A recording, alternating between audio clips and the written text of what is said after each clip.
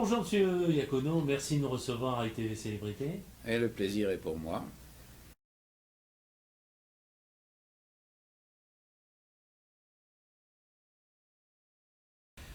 Mon enfance, elle s'est passée de l'autre côté de la Méditerranée. J'habitais avec mes parents cette ville qui s'appelait Philippeville, qui s'appelle maintenant Skikda. Et j'ai passé une enfance merveilleuse dans les petites ruelles de la ville de Skikda avec des copains, qui soient euh, musulmans, qui soient blancs. Pour nous, enfants, il n'y avait aucune différence. On s'amusait comme des fous, on suivait le Tour de France, on jouait au football avec des plots en chiffon pendant la guerre. Enfin, ça a été une très belle enfance. Puis ensuite, mon père qui était fonctionnaire au PTT, a été nommé, a dû aller à Paris, donc vers 45-46, 1945-46.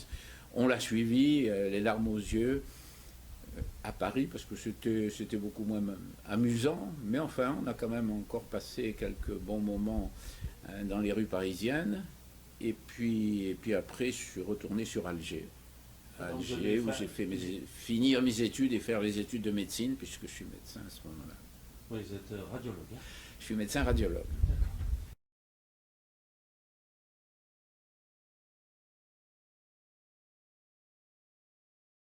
Oh, c'est assez classique, hein. J'ai fait l'école élémentaire, l'école du Faubourg, ça s'appelait à Philippeville, à Skikda. Donc j'ai fait l'école classique, la primaire là-bas. Je suis allé jusqu'au collège, et ensuite j'étais à Paris collège, puis fini au lycée Gautier à Alger pour faire la première et la terminale. Voilà, c'est une formation habituelle, classique.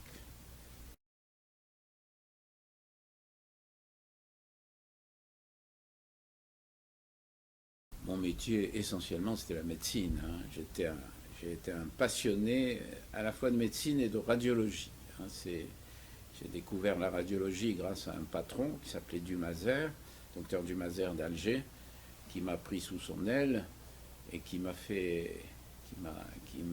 aidé à me former. Et j'ai fait les hôpitaux d'Alger, etc. Donc mon métier essentiel, c'est la médecine et la radiologie.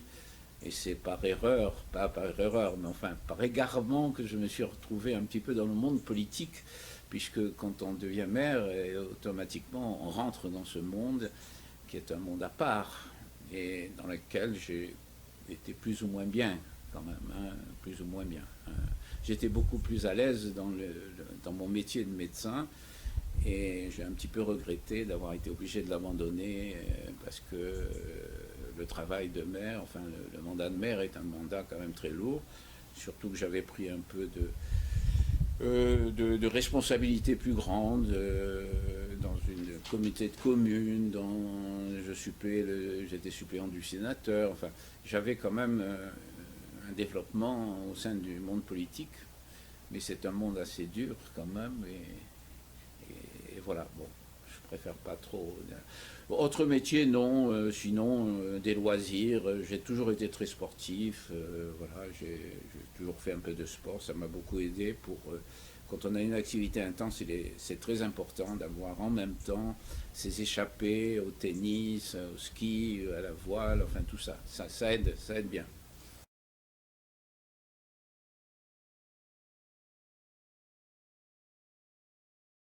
J'ai même minimisé dans le livre pour laisser la porte entr'ouverte à une possibilité de retour, enfin vers lui ou lui vers moi. Mais c'est quelque chose que je n'ai jamais compris. Ça a commencé vers l'âge de 18 ans. Il s'est échappé de la maison avec des reproches, comme quoi il manquait d'amour, etc. On a continué à le suivre, et puis peu à peu ça s'est aggravé. Quand Gabriel est né, il y a eu un petit retour parce qu'on est allé vers l'enfant, on a commencé à se revoir un petit peu. Et puis après, il y a eu un clash, comme on dit. à l'école, ils ont voulu c'est en école maternelle, ils ont voulu le montrer à un psychologue scolaire, parce qu'on voyait qu'il n'allait pas bien, cet enfant. Et on le savait, nous on le voyait que 2 fois par an, enfin 2-3 fois par an. Et ça a créé un incident grave, parce que nous on était contents qu'il montre un psychologue scolaire, on dirait ils vont expliquer peut-être aux parents d'être un peu moins durs, moins sévères, bon. Et eux l'ont très mal pris. Et ils ont cru qu'on faisait pratiquement une action contre eux. Donc il a commencé à dire, vous ne verrez plus l'enfant. Alors on a attendu 1 an et demi, et on a fait une démarche judiciaire. On n'avait pas le choix pour revoir l'enfant. Et ça a été... Là, après, il y a des gens qui me l'ont reproché, mais j'ai demandé à des tas de gens, qu'est-ce que je fais? Cet enfant a envie de continuer à vouloir nous voir, est-ce que je l'abandonne complètement ou pas? Et j'ai fini par dire, on a fait progressivement, hein, on a envoyé une lettre pour essayer, etc. Et ça s'est quand même terminé par un jugement nous autorisant à continuer à voir l'enfant. Et ça a été la cassure complète. Fini. Voilà.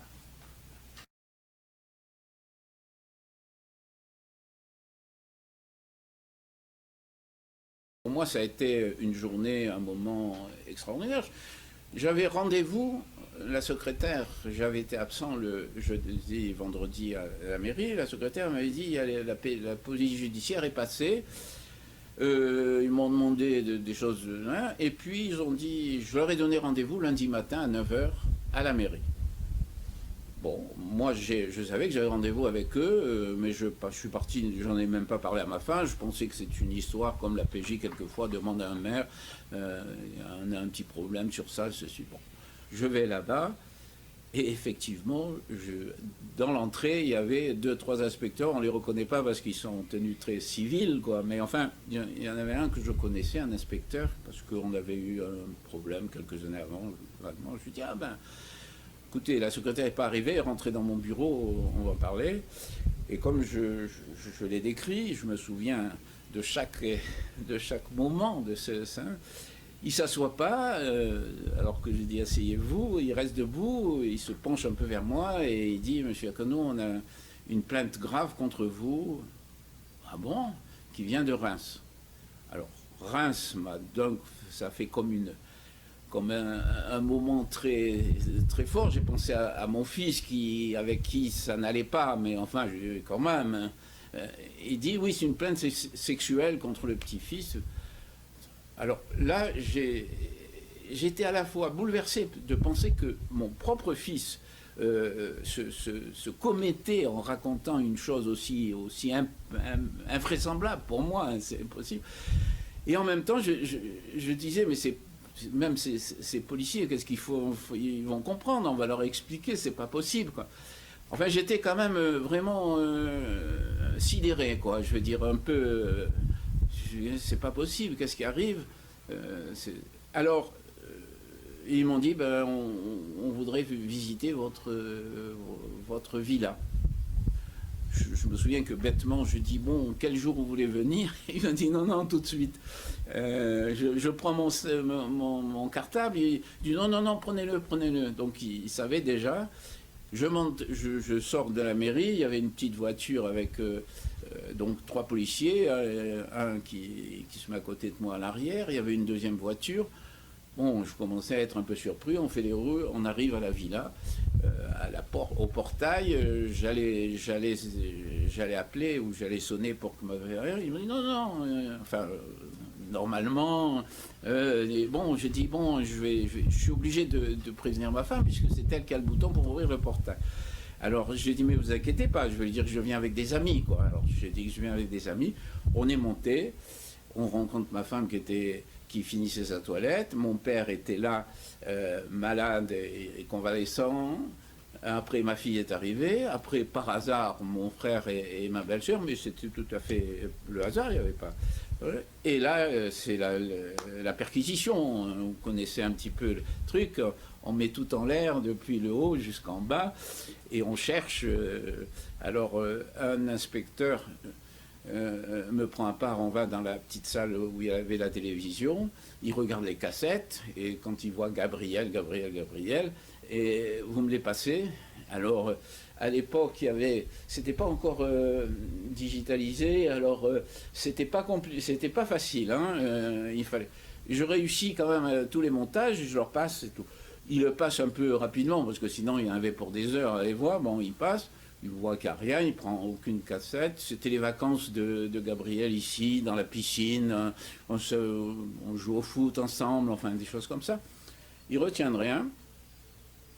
Et puis finalement, ils prennent l'ordinateur, ils trouvent, je crois, une arme, un 22 long rifle qu'un ami m'avait un jour offert comme cadeau et dont je ne savais même pas me servir, puis je ne vois pas quel rapport. Bon, à mon avis, ils trouvent rien de particulier.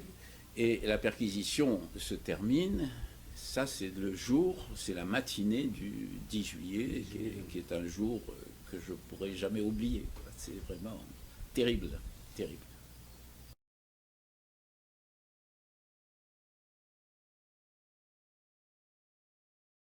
Avec le juge Couton, d'ailleurs, ouais.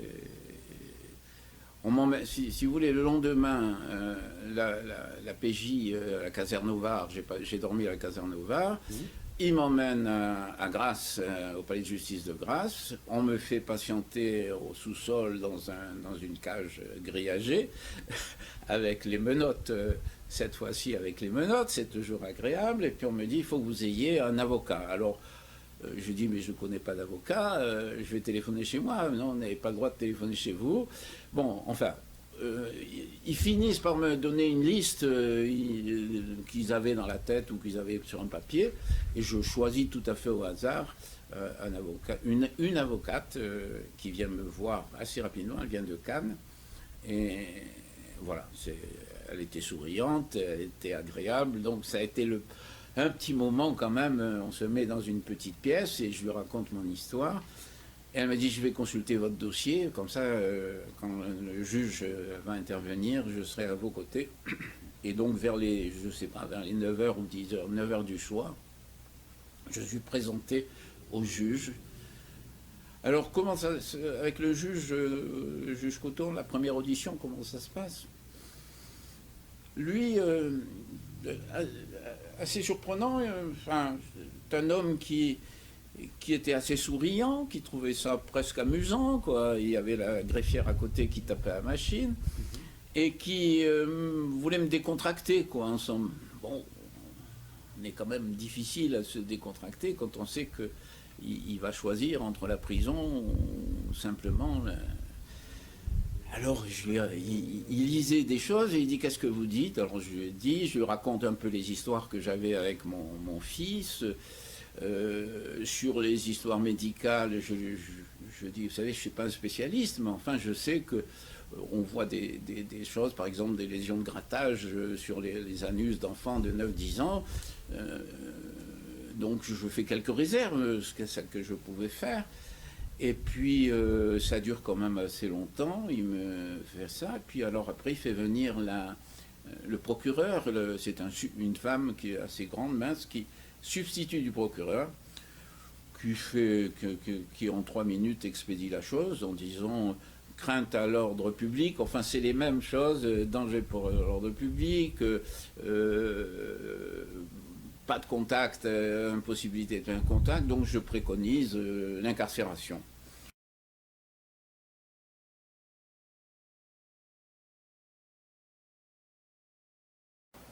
Quand on a incarcération, pendant la garde à vue, je pensais encore que les inspecteurs allaient préconiser simplement une mise en examen ou un truc comme ça, mais je passe une nuit quand même là-bas. Et là, on me dit, la prison, d'ailleurs, le juge d'instruction me dit, oui, on parle de... C'est un peu le club méditerranéen. Je ne trouvais pas ça très amusant, moi. Je connaissais pas, j'avais même mis les pieds dans une prison, quoi. Donc, vers minuit, 1h du matin, parce qu'il a fallu attendre encore, il y avait 3 autres... pour d'autres choses donc un fourgon nous met chacun dans un petit box, on traverse les rues de Grasse complètement désertes, mais on voyait rien parce que ces fourgons cellulaires, on voit pratiquement rien. On arrive, je pensais à la prison parce que quand j'avais fait du golf à Cloamic, et quand on faisait du golf à Cloamic, ça nous amusait des fois de dire on est quand même mieux ici qu'un peu plus haut, et on voyait les murs. Donc je pensais à ça, je pensais à mon ami Jean-Pierre Leleu, avec qui on a travaillé. J'ai dit, il n'y a aucun politique qui peut imaginer dans quelle situation je me retrouve monter les menottes aux mains dans un fourgon cellulaire et en route pour la prison. On arrive dans une... On ne sait pas parce qu'on entend la voiture s'arrête, des bruits, etc.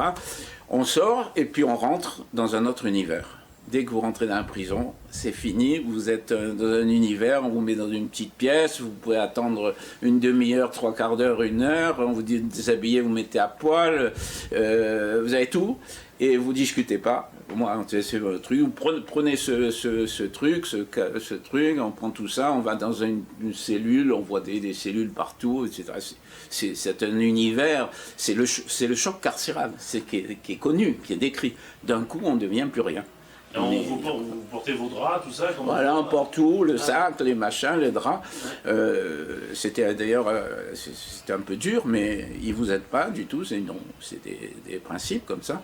Vous rentrez dans un truc, je me suis jeté sur le lit, parce que ça faisait quand même 2 nuits, 2 jours, que j'avais ni mangé, ni bu, que j'étais sous pression.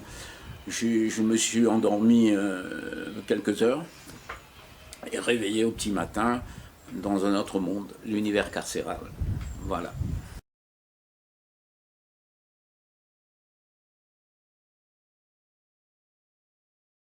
Il s'est vendu. Oui, bah, je comprends que pour lui, le fait que le fils, que son propre fils, mon petit-fils, dit papy, m'a fait des choses, il m'a une relation sexuelle, c'était presque pour lui un justificatif de toutes les années antérieures où il m'a montré comme quelqu'un infréquentable, nu, enfin voilà, qu'il n'aime pas. Pourquoi il n'aime pas? Mais vous voyez le mal qu'il fait à son fils. Donc il a un justificatif. Alors, que ça lui fasse plaisir, je ne sais pas, je ne veux pas rentrer, je ne l'ai jamais rencontré, mais en tous les cas, il s'est accroché tout de suite à ça. Et il n'a jamais lâché, il n'a toujours pas lâché. Il ne lâchera pas, je crois, jusqu'à la fin de sa vie. Il a bâti sa vie à travers ça, pour justifier la haine, parce que c'est vraiment de la haine qu'il avait pour moi, parce que je vous fais remarquer aux policiers qui l'ont interrogé, ils me l'ont lu. Le policier lui demande à mon fils, comment vous pensez que votre père va réagir? Il dit... Pour moi, soit il prend un revolver, il monte et il nous tue tous les trois, ce qui est vraiment pas dans mes habitudes, mais enfin de violence. Mais enfin, il décrit ça et ça a servi au juge d'instruction qui m'a dit, vous voyez, je suis bien obligé de vous incarcérer. Vous êtes présenté par votre fils comme un dangereux. Ou bien, dit-il, il va se suicider en écrivant une lettre en disant qu'il est innocent. Et ça m'a aussi servi, parce que des idées de suicide, on en a, mais ça, j'ai dit jamais. Vous avez tenu bon. Parce que si c'était trop lui faire plaisir, quoi, finalement. Parce que là, vous voyez, je vous l'avais dit, voilà. Donc voilà. Alors est-ce que ça lui a fait plaisir? Je sais pas. Je sais pas. Je connais pas le fond de son caractère, et même ma femme, etc. Ma fille, on se pose des questions sur lui. Mais est-ce que vous...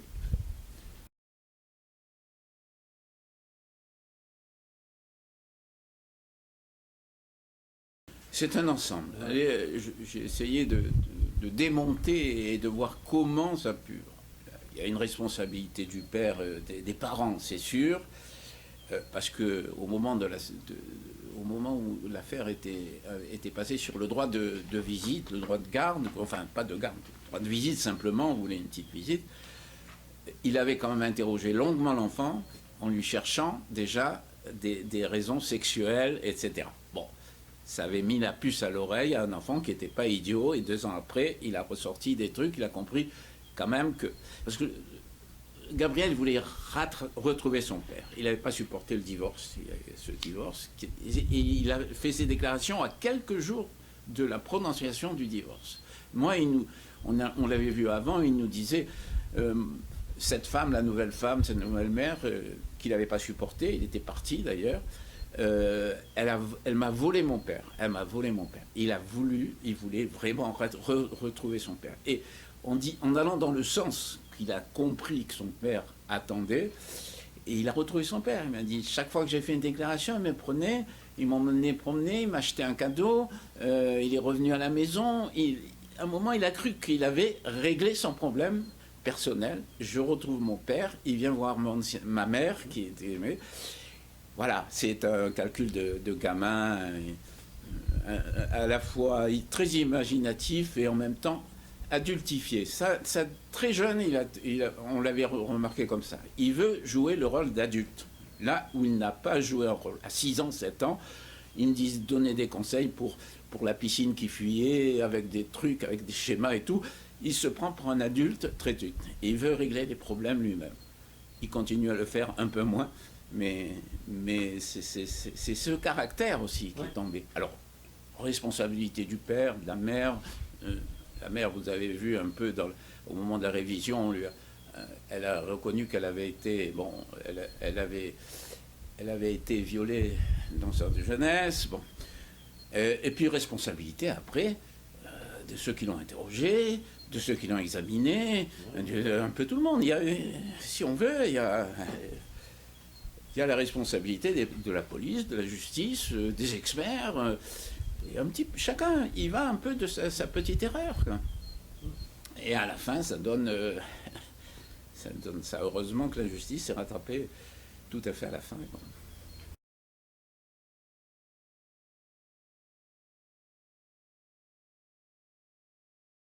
Non, là, je dois parler de choses un petit peu techniques, éventuellement. Hein. Maintenant, je sais tout, mais à l'époque, un radiologue ne sait pas exactement comment se présente un anus de gosse, etc. Je savais simplement qu'il y a des lésions de grattage. Bon, alors, ce que j'ai fait, j'ai été voir autour de moi de gens de plus en plus qualifiés. À Cannes-sur-Mer, il y avait un chirurgien qui m'a donné. J'ai porté, la justice m'avait communiqué le dossier médical de Reims. Donc, je me souviens toujours du premier, que c'était un gastro-entérologue. Je lui montre la photo, qui est de mauvaise qualité. Et il me dit, montre-moi ça, Christian. Je lui montre. Il me dit, mais je vois ça tous les matins, moi. Bon, ça a commencé. Après, je suis allé voir le chirurgien qui opère les anus de gosse. Après, j'ai vu le professeur Mouyel à l'hôpital. Après, j'ai vu le docteur Vrouer, qui est le vice-président de l'Ordre national. Et le dossier est monté à la plus importante, la personne qui est la plus compétente, c'est Caroline Ray, qui est de l'hôpital, un hôpital parisien, je n'ai plus le nom en tête, mais c'est vraiment, elle a fait bouquin, etc. On a mis 2 mois avant de pouvoir lui montrer le dossier, mais moi j'y étais pas, mais quelqu'un lui a montré. Quand elle a vu le dossier, en 5 minutes, elle a refermé, elle a dit montrer l'enfant à un psychiatre. Bon. Donc on savait que les signes qu'ils avaient vus n'étaient pas bons, parce que une des choses, c'est que supposons qu'il y ait eu une sodomie. S'il y a une sodomie sur un gosse, bon, en général, ils mettent de la vaseline, etc., tout ce que vous voulez.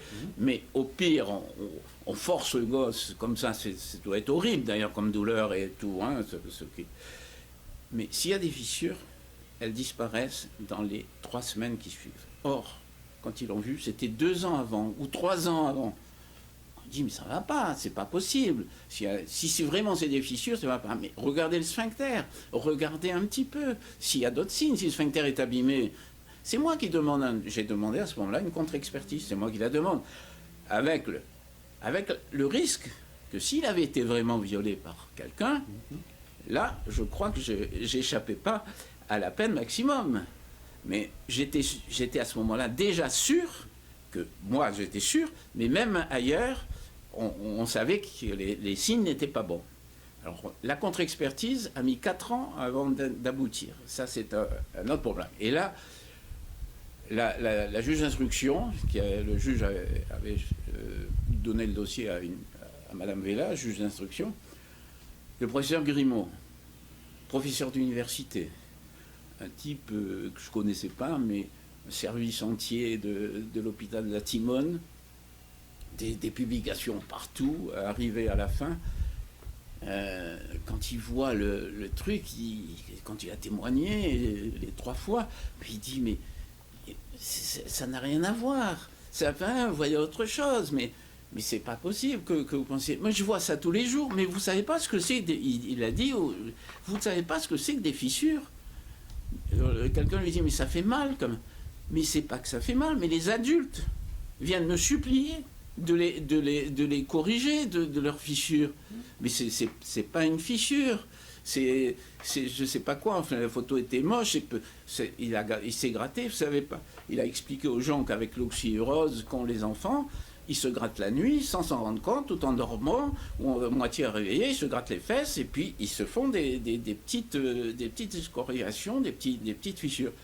Voilà. Alors, donc lui était absolument, il pensait pas. Mais ce qu'on peut dire aussi, c'est qu'avec une sodomie, il peut y avoir aucun signe. C'est le plus souvent le cas. Il n'y a pas de signe. Tout ce qu'on peut faire, c'est essayer de voir si le sphincter est abîmé, parce que le sphincter abîmé, il sera abîmé toute sa vie. Et c'était important de faire le sphincter, parce que même s'il avait été sodomisé avec un sphincter abîmé, il aurait encore des troubles fonctionnels maintenant. Donc je disais, son père est médecin, il devrait pousser à ce qu'on le fasse, ne serait-ce que pour demander même des dommages, ou savoir si, et puis avoir la confirmation s'il y avait. Non, pas d'échographie. Il a fallu attendre la contre-expertise et la deuxième contre-expertise complète pour qu'on lui fasse le sphincter, et ils ont dit non. Ils se sont trompés, ils se sont trompés sur le sphincter, mais ils diront toujours, il a peut-être été sodomisé. Ça, on ne peut pas le dire. Ils ne peuvent pas dire, c'est pas vrai. Ce qu'on peut dire, c'est les signes qu'on a décrits ne sont pas des signes en faveur, spécialement en faveur de sodomie. Voilà. Mais c'est ce premier examen qui a orienté tout le dossier vers où il est allé. Il a fallu la rétractation, enfin, on en parlera peut-être, mais la rétractation de Gabriel pour changer un petit peu la justice.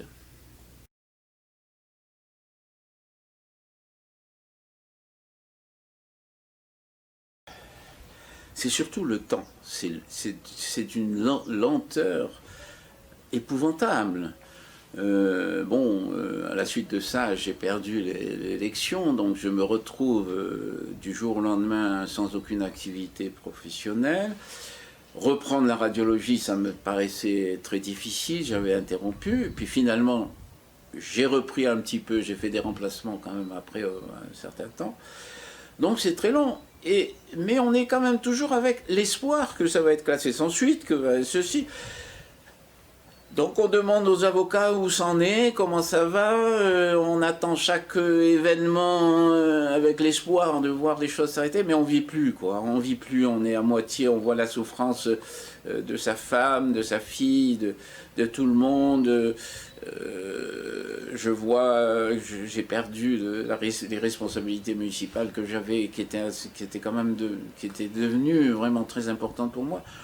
Donc on part peu à peu vers une forme de désespoir, de dire, à la fin, tout à fait à la fin, après l'appel, j'ai dit à ma femme, j'ai dit, écoutez, faites plus rien, hein, essayez de m'envoyer dans un centre à peu près acceptable, je pensais en Corse ou un truc comme ça, parce qu'il y en a un qui est mieux, et puis ne me parlez plus de rien, ni de Vence, ni de trucs, ni de... Il n'y a rien à faire. Voilà, je leur ai dit, il n'y a rien à faire. C'est pas la peine, ne vous battez pas, c'est plus la peine. Voilà, désespoir, peu à peu on tombe, et on arrive au point où certains se suicident, ou alors on patiente 10 ans avant de retrouver. Bon, vu mon âge, ça commençait à se poser des questions des fois. Est-ce que ça vaut la peine de continuer à vivre, hein, quand on tombe... Vous savez, quand j'étais en prison, je voyais des fois des inscriptions, c'était presque amusant, parce qu'ils mettent facilement ils grattent le mur. Momo de Vence, que j'avais combattu, qui était un de mes soucis, par exemple, de délinquant de Vence, qu'on s'est rencontrés après d'ailleurs, ça nous rapproche un peu avec ces gens-là. Mais je disais, voilà, les délinquants, j'avais été voir le procureur en lui demandant d'être plus sévère avec les délinquants de Vence. Et je me retrouvais dans leur même situation qu'eux, quoi. C'était incroyable quand même, je disais. On me dit qu'on est... C'est vrai que ce contraste entre le milieu quand même un peu privilégié qu'on a quand on est le premier magistrat d'une ville, et puis se retrouver, être plus qu'un numéro au matricule, traité de la même façon, parce que les gens doivent croire qu'on a peut-être des cellules particulières. J'ai eu des cellules isolées, presque à chaque fois, mais j'étais avec les isolés à Grasse, parce que aussi il y avait un danger, hein, parce que comme j'étais une personnalité, chaque directeur avait peur que ça fasse plaisir à quelqu'un de me faire du mal, etc. Donc j'étais isolé, mais je crois pas eu de conditions privilégiées particulières en prison.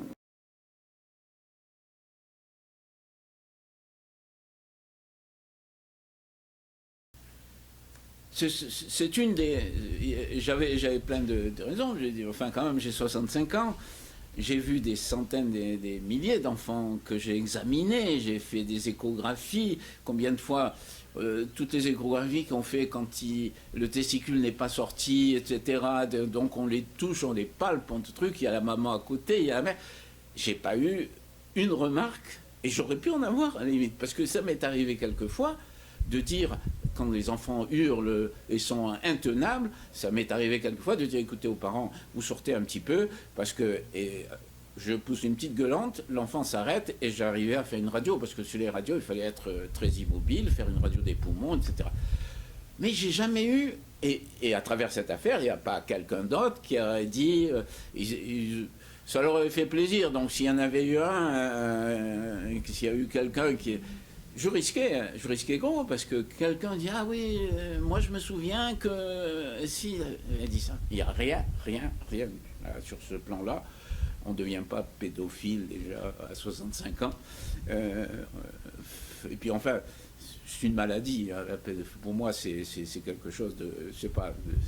C'est presque incompréhensible pour moi. Je pense qu'il faut un dérèglement cérébral assez sérieux pour en arriver à aimer, enfin, de toucher un gosse, déjà toucher un gosse. Bon. Ouais. Puis, je sais pas, j'étais connu sportif, plutôt intéressé par les jolies femmes, bon, en faisant un petit peu attention, mais enfin, je disais, vous savez, quand on est médecin, on a toujours les secrétaires, les manipulatrices autour, à la mairie, c'est un petit peu pareil.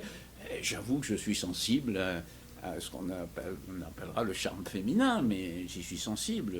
Je crois que c'est une des belles choses de la vie, hein, quand même. Voilà. Donc je vois pas comment je peux trouver un intérêt quelconque. Et je lui disais combien je suis sensible à l'enfant. Pour moi, c'est un peu pour ça qu'on s'est dit... Enfin, parce que moi, je le voyais très mal traité par son père, et ça me faisait mal au cœur, ça me mal au ventre. Je dis, un enfant, il a toute une vie pour souffrir. Laissez-le, pendant ces années de jeunesse, profiter un petit peu de la vie, il faut lui donner de l'amour, il faut le mettre en confiance, etc. Et ça, il ne l'a pas eu, Gabriel en particulier. Donc, aller lui faire, je ne sais pas quoi, des choses, c'était impossible pour moi, impossible. Inimaginable. Mais enfin, ils l'ont imaginé avec la phrase, Monsieur Iacono, tout peut arriver. Ça, c'est... Même après, j'avais encore... Ah, vous savez, tout peut se voir. Ah ben, ouais, oui, tout peut se voir. Donc, on est à court d'arguments. Qu'est-ce que vous voulez dire?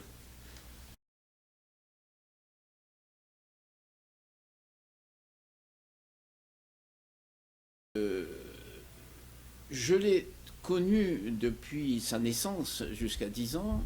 Comme je l'ai dit, c'est un enfant très... qui se veut adulte et qui veut régler les problèmes humains. Donc j'ai compris tout de suite, parce qu'on savait qu'on n'avait pas fait, qu'il avait dit un mensonge. Au début, on se disait, mais peut-être c'est quelqu'un d'autre qui me met sur le dos. Ça arrive, des fois, un enfant battu ne dit pas que c'est son père, sa mère. Puis peu à peu, devant les déclarations de plus en plus fantaisistes que j'avais pu voir, je me suis dit non, il n'a pas connu, parce que il aurait donné un détail au moins vrai, quoi. On me fait dormir à côté, il prend une crème, ou je sais pas quoi, enfin, mais il n'y avait rien, c'était n'importe quoi. Donc j'ai fini par savoir, j'étais sûr que cet enfant avait raconté une histoire. Et c'est sûr qu'il était prisonnier, qu'il savait pas trop comment en sortir, et je l'ai pris comme ça.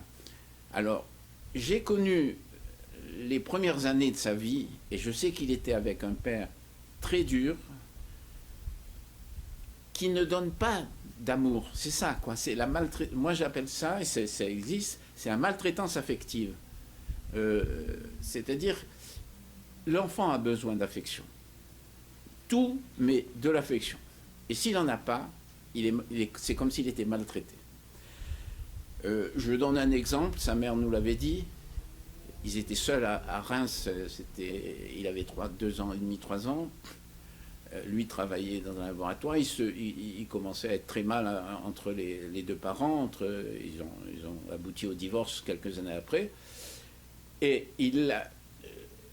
l'enfant vivant un peu seul à Reims à 3 ans, il attendait son père derrière la porte tous les soirs pour qu'il vienne, etc. Et pour lutter contre sa femme, quand il rentrait, il écartait l'enfant et il disait rien. Et lui, c'est un drame pour un enfant.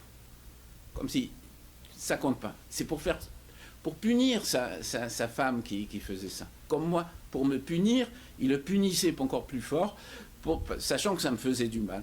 Donc c'est cette maltraitance affective qui l'a entraîné à dire cette connerie. Donc je ne lui attribuais pas de rôle, puisqu'il a 9-10 ans quand même, on peut pas, il n'a pas vécu comme un adulte, il ne connaissait pas les conséquences de son mensonge.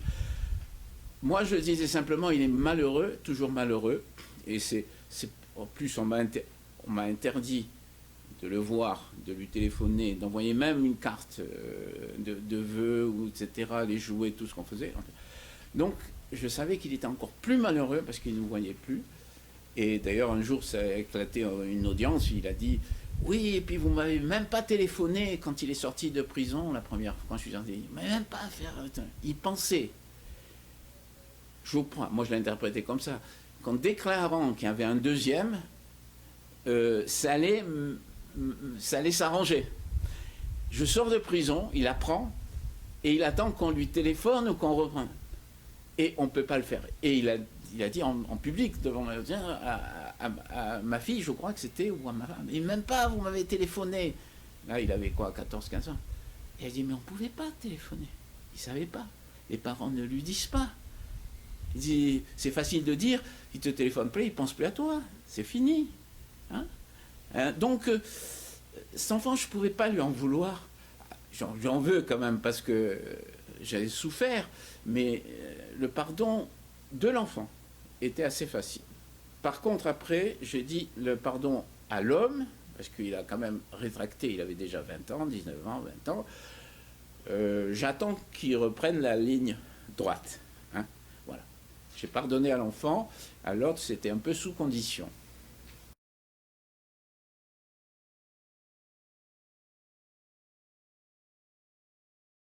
Oui,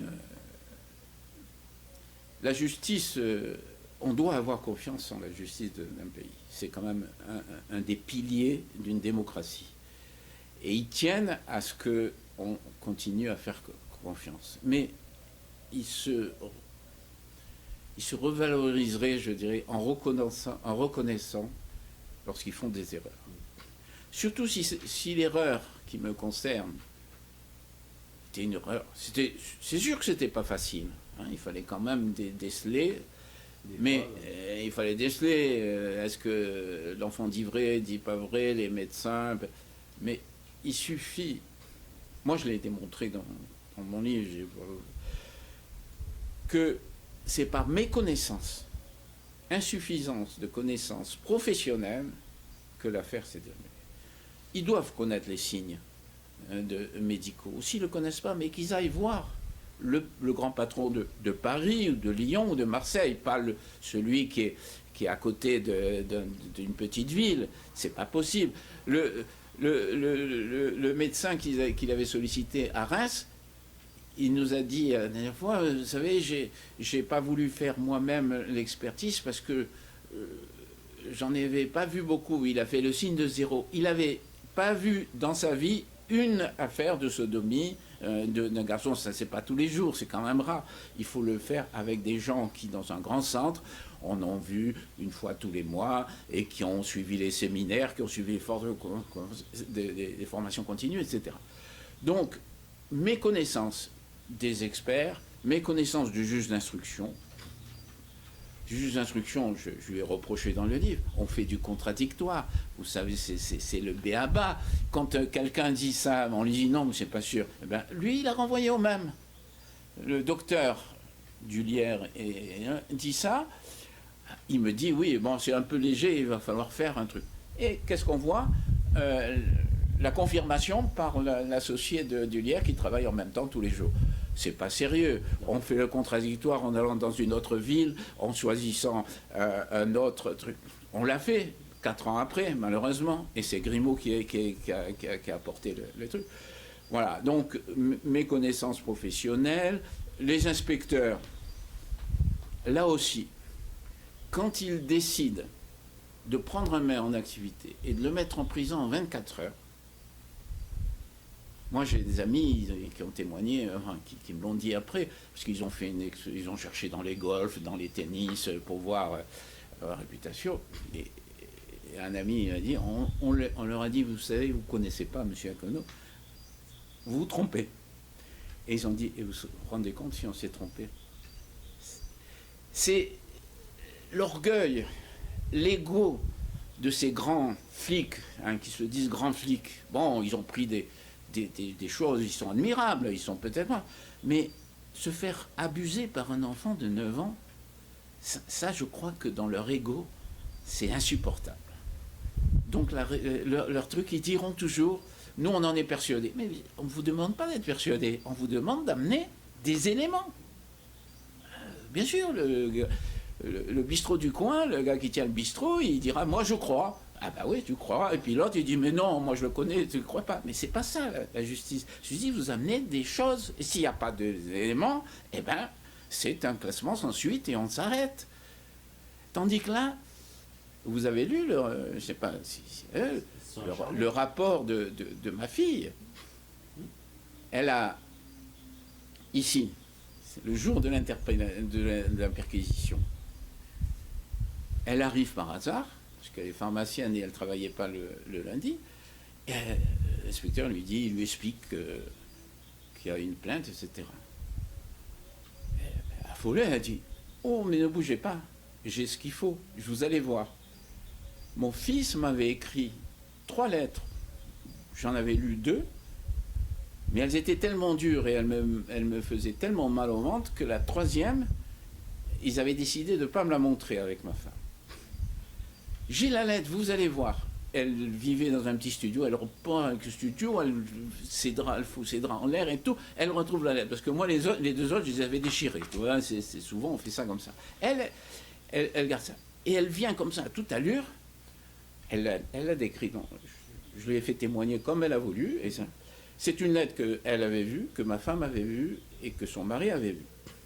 Elle me dit, on était là, elle m'explique vraiment. Je donne la lettre à l'inspecteur.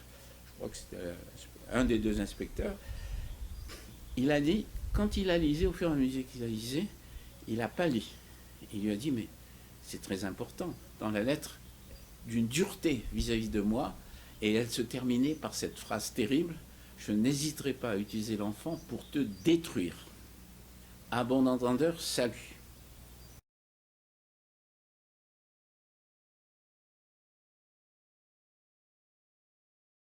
On savait que, normalement, un procès en révision, ça doit se terminer par l'acquittement.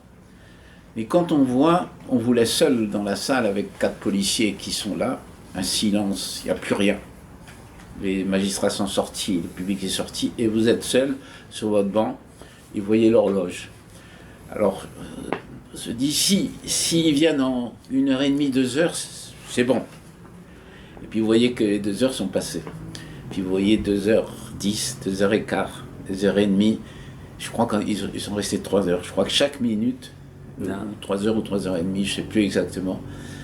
Et j'ai pas pu m'empêcher, quand l'avocat est rentré, s'assit juste devant moi, je lui dis, ça a été long, hein, c'est pas bon. Hein.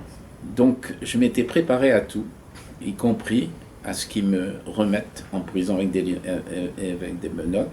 Et j'ai dit surtout, je m'étais préparé, pas craquer, pas m'effondrer ou pas pleurer ou pas rien du tout. Je vais rester comme ça. Donc je me suis vraiment préparé moralement, j'étais droit, et je regardais en face, et quand j'ai dit acquittement, j'ai pas bougé non plus. Après, je suis allé rejoindre un peu d'abord mes avocats, et puis après il y a mon frère qui sanglotait, enfin toute la famille. Et puis après Gabriel, qui était déjà dehors avec tous les journalistes qui lui demandaient, et on s'est serré dans les bras, on s'est embrassé, et ça faisait presque 15 ans qu'on ne l'avait pas fait, quoi. Mais c'est un homme que je serrais dans les bras. Ouais. Moi, j'ai gardé toujours le souvenir d'un enfant. Alors, je l'aide un peu, je le conseille, on lui donne un petit coup de main, parce que la réaction autour de lui a été très négative. Tous ceux qui avaient envie de me voir condamné, les parents, etc., l'ont traité de tout, espèce de petit salaud, de petit menteur, de petit... Alors, il est menteur quand il voilà, quand il... donc le pauvre était seul, et il avait beaucoup hésité il avait peur, hein, de se rétracter. Il avait peur des réactions, et il savait qu'il allait avoir des réactions très fortes. Donc parti à troisième, donc aucun certificat, aucun brevet, pas d'argent. Il a une fille, il lui fait un gosse, il a un père de famille. Alors heureusement, ma femme est une grand-mère, mais c'est une mère formidable. Donc il se téléphone presque tous les jours. Elle le conseille. De temps en temps, elle lui envoie un petit peu d'argent pour les fins de mois ou des choses comme ça. Voilà. Mais là, je lui ai dit, moi, je te pardonnerai totalement lorsque tu auras bien pris la direction, quand même, de l'honnêteté, de la loyauté, arrêter les mensonges. Il est rentré dans les mensonges, hein, habitude de mentir pour avoir un peu d'argent. Il a raconté des histoires aux uns, aux autres. Il était à la limite de la délinquance quand on l'a pris. Hein. Interdiction du carnet d'échecs, etc., etc. Alors, voilà. Donc, le pardon d'enfant total, l'homme, il a sa vie entre les mains, et je le pardonne s'il marche droit. Voilà, il faut qu'il marche droit, quand même.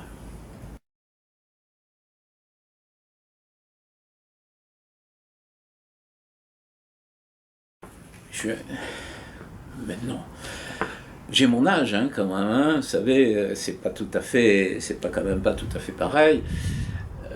J'aurais 20 ans de moins, je crois que je serais déjà reparti en campagne électorale et puis continuer l'action que j'avais menée, où j'aurais repris la radiologie, etc. Mais bon, il faut tenir compte de l'âge. Donc je me suis adapté à cette nouvelle situation de retraité qui s'occupe de sa famille, qui s'occupe des amis, qui s'entretient en faisant un peu de sport. Alors il y a des jours où ça va bien, puis il y a des jours où quand même je regrette un petit peu la vie active et intense que je menais, et qui était quand même intéressante, qui avait un sens. C'est pour ça que j'accepte souvent ces interviews, en espérant que ma parole pourrait donner un sens à la justice. J'aurais aimé que la justice écoute un petit peu ce que je dis. Hein, je ne suis pas n'importe qui, puis une révision, c'est exceptionnel, je crois, pour un truc comme ça, c'est rare. Puis je ne suis pas n'importe qui non plus, j'avais quand même des responsabilités politiques, médicales, donc je sais de quoi je parle. Mais qu'ils apprennent un petit peu, qu'ils ne reproduisent pas des erreurs pareilles. Ça tue les gens, ça peut tuer. Il y a des gens qui sont suicidés pour des choses comme ça. Alors, autant des erreurs on en fait tous, moi comme médecin j'en ai fait, Mais quand on le fait par méconnaissance, comment recueillir la parole d'un enfant? Mais ça a été étudié, mais aux États-Unis, au Canada, en Belgique. Mais apprenez la façon de recueillir la parole de l'enfant. On lui dit pas, on lui fait pas des questions fermées. Ça, c'est interdit. Ben, ils le font sans arrêt. On fait des questions ouvertes. Raconte-nous. C'est tout. On ne dit pas, c'est vrai qu'il t'a chuché, qu'il t'a... C'est pas ça. Mais c'est le b.a.-ba, je veux dire. Alors, tenir compte en espérant que la justice, un jour... Mais vous savez, après Outreau, il y a eu beaucoup de choses et puis il ne s'est rien passé. Après moi, je ne pense pas qu'il se passera grand-chose non plus. Mais enfin, je parle aux journalistes, aux interviews, pour qu'éventuellement ça puisse servir pour les autres, pour l'avenir.